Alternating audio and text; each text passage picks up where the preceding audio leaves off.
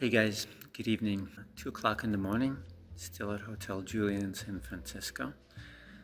And let's talk about a fascinating topic called the Axioms of Interpreting. Don't mind my sports apparel, I had a very sporty day today, running at Muir Woods and swimming in the bay. So a bit tired, but actually very excited to record this video.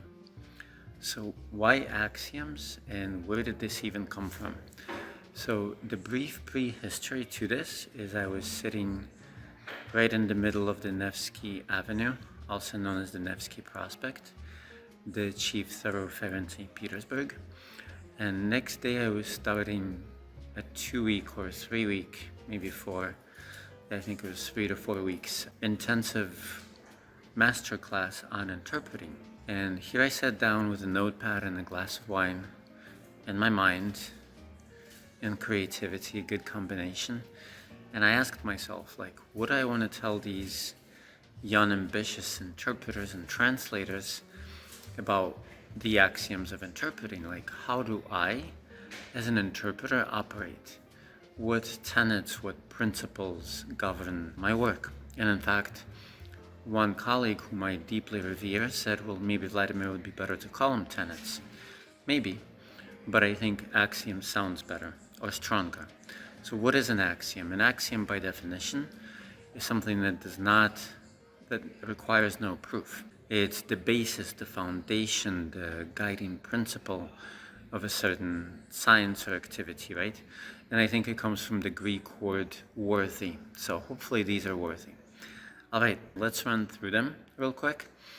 I'm not trying to give a super profound description here, because we did that at our webinars, so this will be quick, but hopefully still useful. Okay, anything is interpretable and translatable. In fact, these apply equally to translation and interpreting, but some are more geared towards one while others towards the other. So anything is translatable or interpretable. Anything can be translated or interpreted. This may seem obvious, but it isn't so obvious, because there are a lot of people who will tell you jokes can't be translated or interpreted. And by the way, I am a very lazy, super lazy person, so I don't feel like saying translated or interpreted all the time. So if I just say translated, it applies to both, okay? So let's just shake on this, or pinky agreement. Yeah, so absolutely anything, puns, jokes, toasts, the most, well, I was going to say the most non-comprehensible things, but no, if you don't understand it, you can't translate it, providing you do understand it. And by the way, if that's not in there, it has to be. You cannot translate something that you don't understand. So that is the principle I always operate on, is regardless of how creative or difficult it is, it can always be translated or interpreted. And just that alone can actually bring you up a notch. Because if people think that something is impossible, it will be impossible. For example, I was very wary of a linguist once who, when we started a creative business fable translation, she said, well, it has puns and those can't be interpreted. I said, what do you mean? I translated. I translate them just fine. Other people translate them just fine, and we need to translate them. Obviously not literally. So that's important in any endeavor. Okay, next one. While pure perfection in any endeavor is doubtful, very near perfection interpreting is quite possible, and absolute perfection is the interpreter's target. So that's what we're going for. We're going for this close, 99.9% to accuracy. Why do I say 99? Because you have to realize that it will never be 100%. Because languages are different, words are different, connotations are different, but 99.9 is pretty darn good. And the reverse axiom, which I don't have but we could have, is that it is probably counterproductive to go for pure perfection. Although I do say it's the goal, but it's the goal realizing that it will never happen. Because if you're going for pure perfection, it's an impossibility. I think that even in the easiest of sentences, there'll be nuances. It's a beat up, trite, banal example, but in the languages of the northern peoples, like Eskimos and so forth. There are many, many varieties of snow, while in Common European and other languages there aren't. So these words will have different connotations. Okay, next one. And these, by the way, do not necessarily have equal value or equal importance. Some are more important than others. Okay, interpreting is easy. It's not complicated. Any person with a high intellect and fluency in two or more languages can do it. Same with translation. But a little slightly different qualities apply. With basic training, naturally true mastery takes practice and experience. So this could apply equally to really any endeavor. I believe that this applies to painting, writing, chess. Like, you may never be a Leonardo da Vinci or a Kasparov or a Bobby Fischer. What was the second? I said, Jack London, whatever, Shakespeare, Pushkin, but you can learn a relatively high level of mastery in any skill if you truly want to. So with interpreting, as long as you can speak or translation 2 languages and you have the desire and the patience, it's learnable. Okay, next one is interesting. They're all interesting, but the human mind is able beyond belief, and our memory, short or long term, is boundless. There is no limit to what you can retain, it's only a matter of practice. And the proof of that is these little kids, 3-year-olds, 4-year-olds, who can calculate mathematics in their minds and remember all the cities in the world and so on.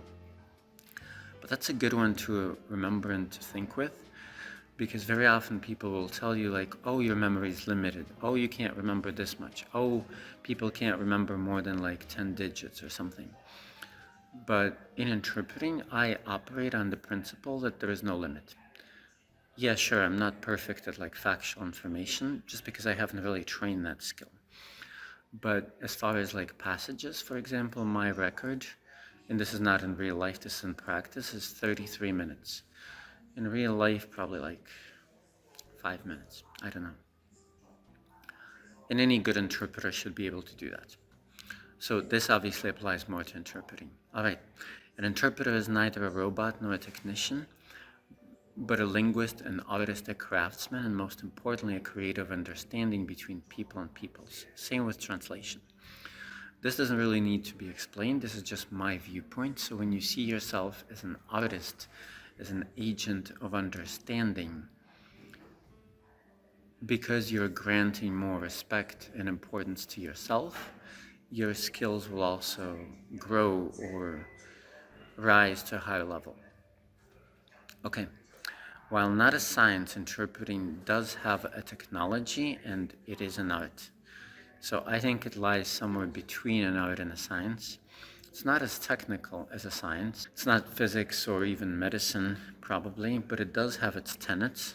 Some of them I'm describing right here. It does have its rules and laws, and it can definitely be very artistic, even technical translation or interpreting. All right, interpreting is a very noble profession and vocation and ranks among the most vital professions on earth. That's just how I see it, because again, after all, our product, our result is understanding, we're bringing understanding to people.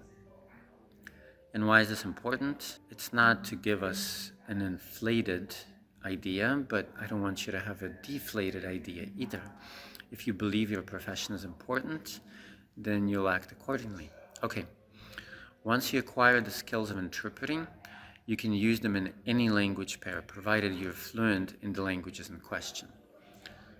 This applies probably the same way to translation, but a little differently, because in translation, I think the target and source language...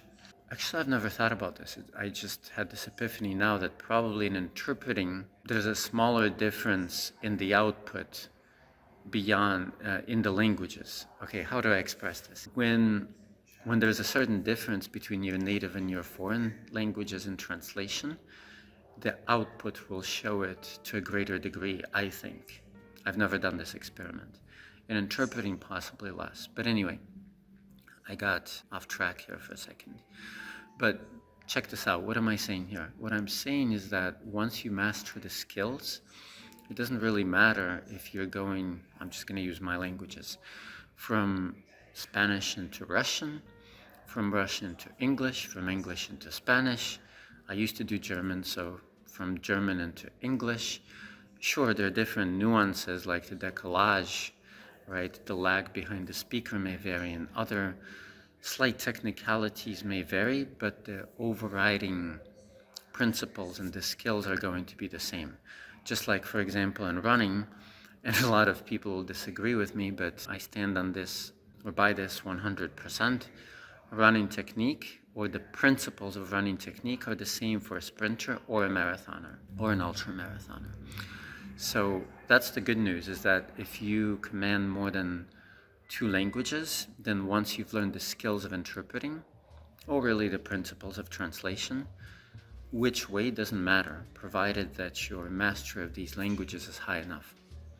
Okay, to be a competent interpreter, one has to have some mastery or general communication skills in life. And this one is specifically about interpreting. As a corollary, it's late, limits and uncertainties in human communication interaction in life, not just in interpreting, will inevitably hinder one's interpreting ability. So, okay, I said a lot of things, but what does this mean? There was once a guest speaker, a very experienced veteran interpreter at one of my seminars, and I said something like, an interpreter is perforce a good communicator. They have to be. And she was like, huh, I never thought about it this way, right? Lourdes, very nice person. Why am I saying this? Because the same skills apply in interpreting as in general communication in life. You have to have great delivery. Any good communicator, but an interpreter as well. You have to have a certain degree of poise and nonchalance and being present. Like, what would you think of an interpreter who's just not present?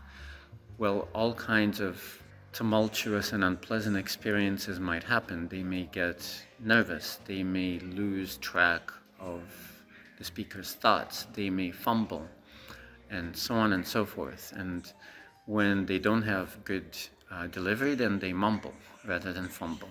But any skills that apply to communication, even conflict resolution, apply to interpreting. That's important. And these skills can be trained.